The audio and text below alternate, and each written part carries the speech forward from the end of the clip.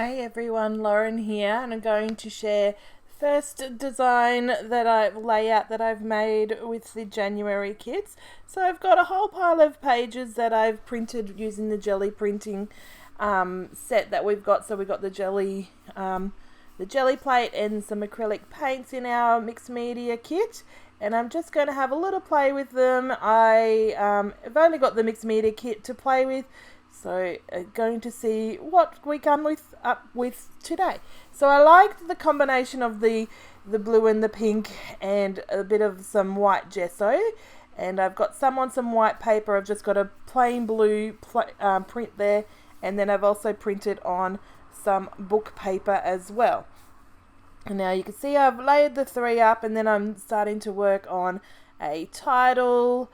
I'm just scrapbooking a photo where I was starting to get ready for a crop, my first actual in-person crop, and that was a while ago obviously, but I'm going to just put a simple title. It's going to be crop prep for the win, and I am going to have a play with the paints and get them messy just like the Geli prints that I've got to use to layer.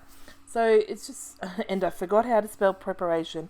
So I'm just using my paper there to spell preparation, and then I realized I don't have enough letters to spell the whole word anyway, and instead go for crop prep for the win. So I really wanted just a long title because I was going to put it up the edge of the paper vertically and spell the words that way, and just mimic the fact that I've got a long piece of paper. So when I did my Geli printing, I used a lot of A4 just copy printer paper, so it's nice and thin, not too thin, but was just plain white and a good size. It kinda is a little bit shorter than a 12 by 12, but you can get away with it in the fact that it is not so visible, or is visible enough that it's a nice little touch to have it that way. So for some reason this is taking a long time to find my title, but okay, finally we got there.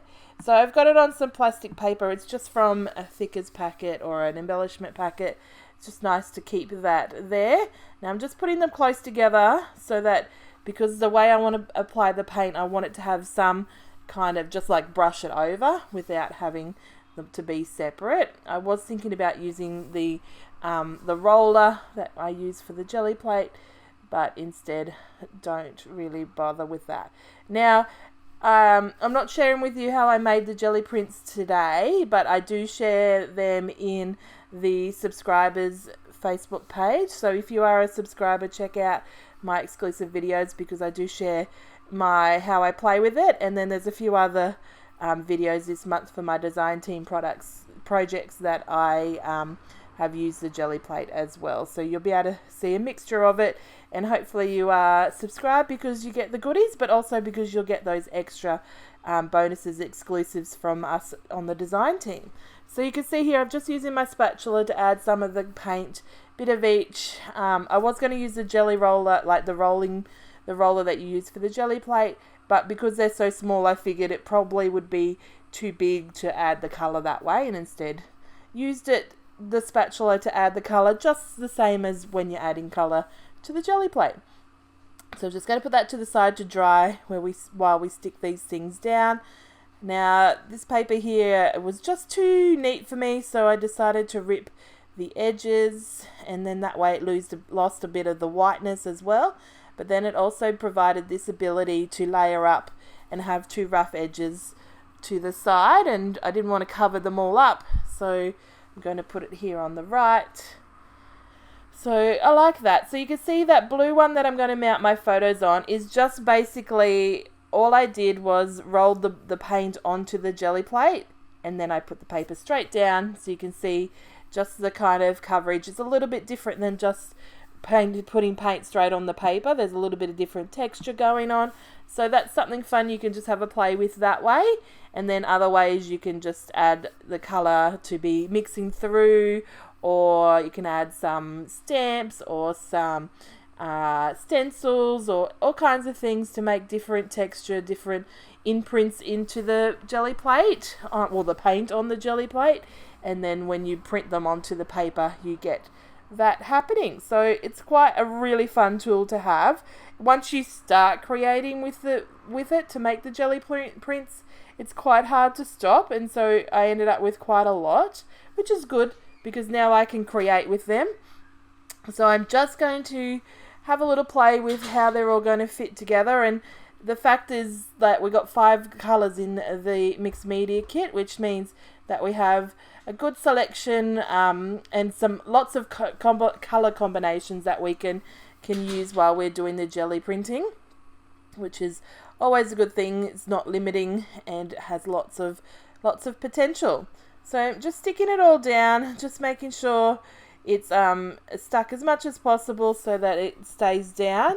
The texture of the jelly plate, not the texture, sorry, the fact that it's paint onto just normal paper and, book paper and stuff, means that the paper is a little bit ruffled and got that grungy look and that texture happening.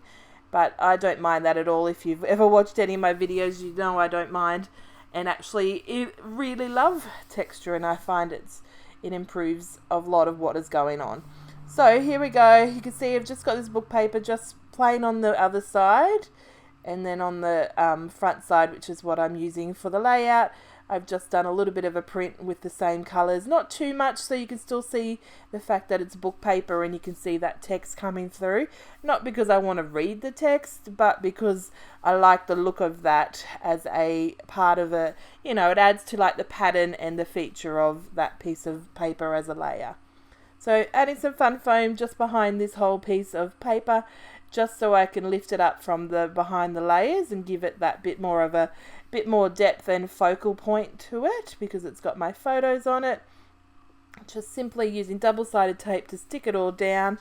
Don't need to be too worried about the fact that it's I don't need wet glue it's what I'm trying to say. I don't need wet glue to stick it down. Wet glue would warp it, but also the fact is that it's not so thick of a mixed media that it's going to be a problem of it sticking. So double-sided tape is absolutely fine. So just having a little play with where it's going to go, just in case I find a different spot for it. But in fact, I keep with my original idea, and I'm going to stick it down the side. Now, because I've stuck them onto the plastic, but then I've also painted over them and I've had a bit of a play, I don't trust the adhesive on the back of them, so I'm just using my wet glue to glue them down.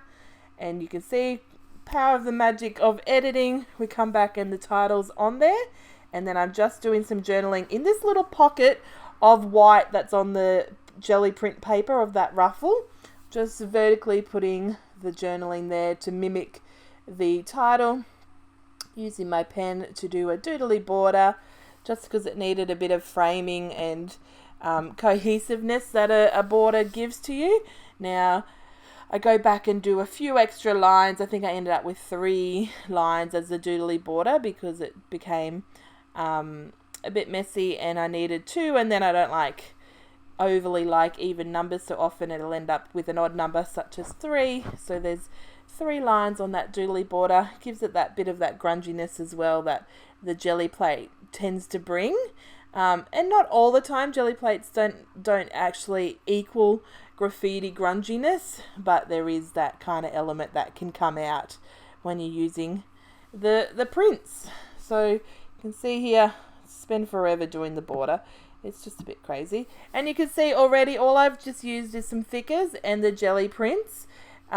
We don't have to use too much more. The fact is that it makes it shine. I'm just gluing down the edges now.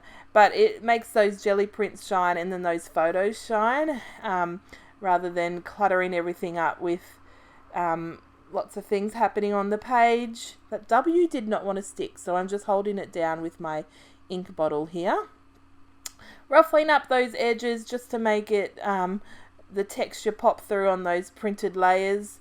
And I'm just going to have a little play with some of the extra jelly prints that I've got in the same colour tones, and I'm going to cut out some love hearts. So sorry it's off the screen a tiny little bit. I've moved my desk over Christmas. Or was it just... Oh, I can't remember. I think it was just before I moved everything. Yeah, it was just before. I moved everything in my bedroom and all my craft area changed, and I'm sort of just having to play with trying to work out how to film again because my setup has changed a little in terms of where the positioning of the camera is. So you can see I've just roughly cut them. If you want, you can definitely draw on the back and cut them out that way to make sure they are the shape you want. But because I wasn't going for neat and tidy, I didn't need to worry too much. Just using my black pen again to put some borders on it. Some are like dotted lines, I guess, yeah. Borders, and others are full line borders. And I'm just going to put them in a couple of clusters, cascading down between the photos. That way it can draw your eye to what's happening in the photos in the middle of the page there. So I will bring in just washing my fingers. Lots of paint still happening around. I think I bring in some enamel dots. Oh, where's my pen out again for? Oh, that's right. So I was going to use just my normal pen so it was thinner, but then I pull out my Posca paint pen. The title wasn't just legible enough for me, so I pull out my paint pen and my black one is used, and I just go around the letters in the middle. That way you can see how much it just makes the words actually stand out, but you can still see the paint behind them without it being overwhelmed either way with either all black or all paint. And then that's going to be the end after I put on these little enamel dots just to round off, round off the heart clusters that are going on. They were a bit bright, so they maybe, in hindsight, might not have been the best addition. They stand out very much now that I'm looking at them. But anyway, here's the finished product. Hope you've enjoyed that and it's inspired you to get creating. Have a great day, guys. Bye.